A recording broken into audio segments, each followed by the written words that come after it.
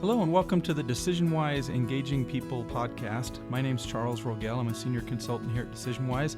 I'm joined today by Chris Storey. Hello. Chris is one of our consultants here at DecisionWise. Today we are going to do another one of our consultant profiles, and Chris is our latest victim. Chris, why don't we start off by talking about your background, where you're from, where you were born, how much did you weigh when you were born, all those fun details. Yes, I pull those details up right here in my mind. Yeah, I'm from Provo, Utah, so local to DecisionWise, close by, and I grew up the youngest of four boys. It's kind of how my growing up years went. Learned how to fight. Learned how to fight for food, things like that. No, kind of did some of the things that normal boys do, played sports, those types of things.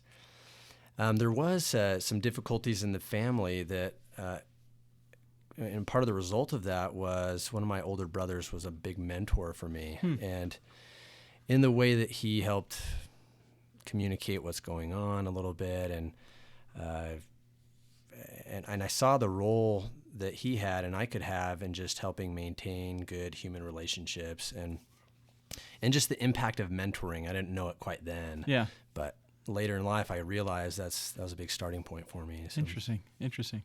Anything else about other interests, schooling, things like that growing up? Yeah, sure. So on top of the sports and things that I did, my dad had some artistic sensibilities and worked in that field. And so I kind of got into creative writing, actually, and some photography, kind of visual art. Again, kind of, and I see that as related to the human experience. Yeah. Just, I ended up getting really into music and playing the saxophone, actually. Wow. Amongst some other instruments. Ended up using that as a tool to get me into university, as I just started a music program at Brigham Young University. Okay. So, interesting. Yeah. So a creative type growing up then? Yeah, okay. Creative type, I'd say so. All right, interesting. And then from there, what did you study? What did you take an interest in? Yeah, I took an interest. I mean, I was in that music scene. Mostly just music. Any minor? No. So I ended up. It was just music, jazz studies. Actually, was the focus. Yeah. And then I was a missionary, Christian missionary in Russia, and I lived there for 2 years. Kind of interrupted my college studies with that, and I think that turned me on to that whole idea of kind of this mentoring as I worked with other volunteers and missionaries and communication training, those types of things, and just seeing a different culture that was quite different. Yeah, totally. So I ended up going back to BYU and changing my major away from music, and I minored in business, and then I studied Russian, actually, which again kind of delved me into writing and literature, which was a big part of the major. Yeah. A lot of Tolstoy and different. Yeah, writers. Tolstoy, Dostoevsky, some good stuff. That's awesome. And so from there, where did that take you? Yeah, so upon completing my education at BYU, I ended up at a special language training center that's a part of Brigham Young University. It's fairly unique. And there we train these volunteers, kind of college-age students, in foreign languages and in leadership, personal effectiveness, kind of taking 18-year-olds or 19-year-olds and helping them become individual contributors who can live in another country as they were desirous to make an impact in the world and just volunteer in that kind of way. So I worked there for several years and had a couple roles there. One is instructional designer or in kind of content developing. I worked on a training program for software usage to increase satisfaction with some of the language software we had. And then also as a training manager. So, and in that role, I hired, trained, onboarded a team, and the team was pretty big. It fluctuated up from maybe 30 to 45 direct reports. So, and again, our task was train these individuals, these volunteers that were Yeah. coming up. So kind of a trainer of trainers is what I Okay. did there. Yeah. Interesting. And what did you learn from that? I guess, as you're training people and getting all this experience, what were some of the takeaways that you were gleaning as you went through this, gained this experience? Yeah, there were so many.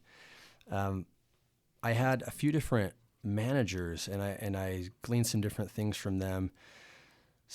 All the way from the laissez-faire, hands-off style to put me in your calendar all the time. Right. To a manager who was really impactful for me. He emphasized the vision quite a bit, and yet trusted me to make mistakes and learn and grow as a manager. So, just leading with the vision and inspiring that way is something I took away. I kind of came up with a mantra, which was that inspiring, uplifting, and mentoring employees does more to improve behavior than measuring, managing, and controlling it. So that was something I kind of came to in those years. Oh, interesting.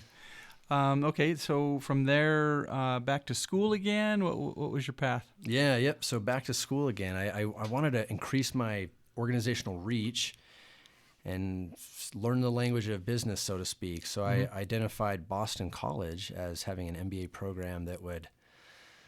It was different. It was out there somewhere I hadn't been before, which I wanted, and it also had an emphasis in data analytics.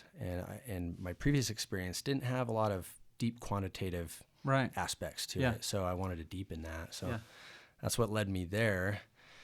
That's interesting. That seems almost like a mind shift from being the creative type, not so much involved in data, to be more analytical, detail oriented. How did that occur, and how did you adapt? Yeah. So I think I could trace it a little bit back to my time as an undergrad, and how I was attracted to business, attracted to some of the entrepreneurial aspects of that field, and it was just the getting things done. So you could play saxophone and study music, but I was attracted to this idea of making an impact. Sure. And so I think the quantitative field kind of fits in, and the MBA fits in as getting the right things done. Those tools help you really make sure you are making an impact. Yeah. Putting your efforts where it's useful. Interesting. Anything else you want to talk about in terms of your MBA studies? Yeah, sure. I did a couple interesting projects there that were influential. One was for the admissions team, as we worked to increase the yield rate, which in the academic world means increasing the number of individuals who, having been accepted, choose to enroll in the program. And so conversion rate, exactly. Yeah, that's what it would be. So we looked at some different factors, 8 years of admissions data and about 16 variables, cleaned that down to 12 variables, and just looked at what are the impactful correlates or drivers of enrollment, and ended up coming to some findings that were interesting. Share. Yeah, sure. So some and many of them had to do with being on the campus. Boston College has a beautiful campus, and it seemed that if folks interviewed on campus, or if they came to some of the kind of invitational MBA events, they were much more likely to enroll. In fact, enrollment went up by 588%. Really? The likelihood, at least. Yeah. And then if you interviewed, by 61%. So getting people on campus was the key. Yeah. And sometimes that's difficult if they're applying from all over the world to That's right. Try to get an on-campus visit, huh? Yeah, so we thought through, well, maybe there could be some lower commitment types of offerings that could be given. So maybe a Skype call with those who are at the university, or some kind of a tour that allows you, virtual tour that allows you to experience the place. So, oh, that's cool. Yeah, so that was one project. Another one dealt with Wayfair, the furniture company there, and we they compete on price. Price is important to them, and they had some sales banners that they would put up on their website, and they wanted to know, okay, we put up the sales banner for a week.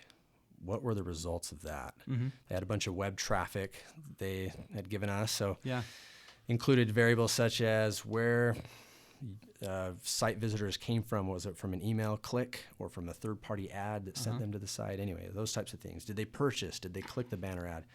So I sifted through that and came to a couple interesting conclusions, which was that those who had purchased before from the company were much more likely to click the sale, whereas those who seemed to be new to the site, they hadn't logged in, they had no login, did not click the ad. And we came up with a theory that there were oriented buyers, meaning those who are oriented to what are the products of this place, what do they offer, what kinds of things are out there for me, and then the oriented buyers who they did know what they wanted the sales, and they saw the sale as a good deal comparatively to what they understood the product offerings to be. That's right, yeah. And it emphasized for me one of the things I learned in school, which was the traditional sales funnel that we look at, where think of it as an actual funnel, starts broad and it ends with the purchase, and actually a lot of research has found that it's the post-purchase experience that's actually really important. So you can think of it more as a loop. Yeah. McKinsey did some work on that and put them back in at the bottom of the funnel over and over again. Yeah, that's right. The post-purchase experience. How do you treat them? And so, and they also were much more likely to purchase. Interesting. So, that's really cool. So as you're working with clients, what I notice here at DecisionWise, every consultant kind of has a slightly different approach and experience that they use in terms of consulting with clients, looking at data, different emphasis. So how would you describe your approach? Yeah, I would say it's maybe two things. Empathizing with the client and then discerning what the needs are. So by empathizing, I mean seeing it from their point of view, through the data or from whatever it might be, and understanding the struggles or the questions or the needs that are going on the other side. Good context. That's right. And that will inform any explaining or direction I might give. Another way to say it is seeing things from their perspective so that it will make sense to them. Any recommendations will make sense to them. Yeah. And then just secondly, discerning. So looking at the overall context, reading between the lines of what's being said, and trying to come up with what's really going on here and emphasizing that. There's one example I come to with a client where there was some organizational issues going on, and most of the folks who were interviewed about the issues talked about structure. There's a need for increased structure. We need job descriptions. We need some of these things. Yeah. And certainly that was the case. But as I thought through it, and at first I should say that I wanted to say, hey, let's make job descriptions. Let's do some of these structural elements only. But really I could see that, well, this is a small organization, and if they really just trusted each other and communicated, I think some of those issues would go away. And they were an organization that was flexing and growing and changing. And so job descriptions, they'd get outdated really quick. Yeah, they get outdated really quick. And so that could actually be a hindrance. So I saw my role as I could give them what they wanted, or I could give them more what they needed, and then frame it in a way that it's going to help those secondary issues, which, the structural issues. So interesting. Yeah. So maybe describe a little bit your philosophy around leadership, how you view it, how you approach it. Yeah, sure thing. I kind of think of it in two ways. That there's the manager side, or that's the person who's providing the opportunity for an employee experience, right? Yeah. And then there's the employee, or the kind of the self-leadership, self-management side. And so from the manager side of things, we talked about inspiring, uplifting, mentoring, rather than just managing, controlling. I think that's really important. Encouraging leadership at every level of the organization is another thing that comes to mind. So what I mean by that is speaking to the overall mission of the organization and the values, and helping individuals find themselves within that framework. Not doing it for them, but just not getting too specific, perhaps, but inspiring with the overall vision. There's actually one employee that comes to mind as a success in that area. this is someone who had the heart to do all the right things. And as I mentored her and worked with her on her performance, kind of try to help her see the big picture, and it kind of leads into the next point, which is self-accountability, and help her discern kind of what she needed to do. And in the end, when she left the organization, I asked her, what are you taking away from your time here? And she said, oh, I learned how to be more professional and how to trust the process. And we talked about that a little bit, but she just kind of came to that as I think I provided the atmosphere for those kinds of learning. So anyway, so that's a part of it. I'd say going on some of those things, self-accountability, you can only manage yourself. Peter Drucker talks about that quite a bit, and I really, that really rings true with me. There's also the point of being authentic as a leader. Bill George talks about that. I appreciate his writings. So that would mean knowing your strengths and not compartmentalizing yourself, being all in or whole as a leader. And when you're authentic like that, people can trust you, they can follow you. Yeah, it's more appealing. It's more appealing. And not everyone is going to look the same in that way too. So you got to kind of discern what your strengths are. Right. Don't be afraid to open up to people. Yeah. Interesting. Certainly. I guess the other part of it was, it's related, but having a mission, having a purpose, and knowing what that is, kind of a long-term roadmap. Jeffrey Thompson talks about that. He researched the famous zookeepers and how they found a lot of motivation in their work, and he looked at why that is. The other thing I would maybe say is, just as a leader, one of the skills that I think is underrated is discernment. And I know I've said that word a few times here today, so maybe it's obvious that I'm into that. But it's important for a leader to be able to discern what someone has to offer and what might be getting in the way, either the person tripping themselves up or the structures of the organization getting in the way. So, as well as discerning the direction. So going back to Peter Drucker, right? He talks about management is getting things done right, and leadership is getting the right things done. That's right. So discerning the whole direction and where things are headed is just crucial. That's great. Well, I definitely need a jazz playlist recommendation from you before we sign off here. Any favorite jazz songs that you like? Yeah, it kind of depends on the mood that you might be in, but I go to some of the classic feel-good stuff from Miles Davis, Kind of Blue album. It's a great album. And then I'm blanking on the name because I'm just excited to talk about Sorry, this. But no. I didn't prep you for this question. Yeah, no, that's all right. Yeah, some of the sax players. Wynton Marsalis is a modern player who's just great to listen to. So either of those two, then can't go those wrong. Two. We'll start with that. Yeah. Awesome. Well, great. Well, Chris, it's been wonderful. Everyone, thanks for joining us, and we hope you join us on our next episode. Thanks, everybody. Thanks so much.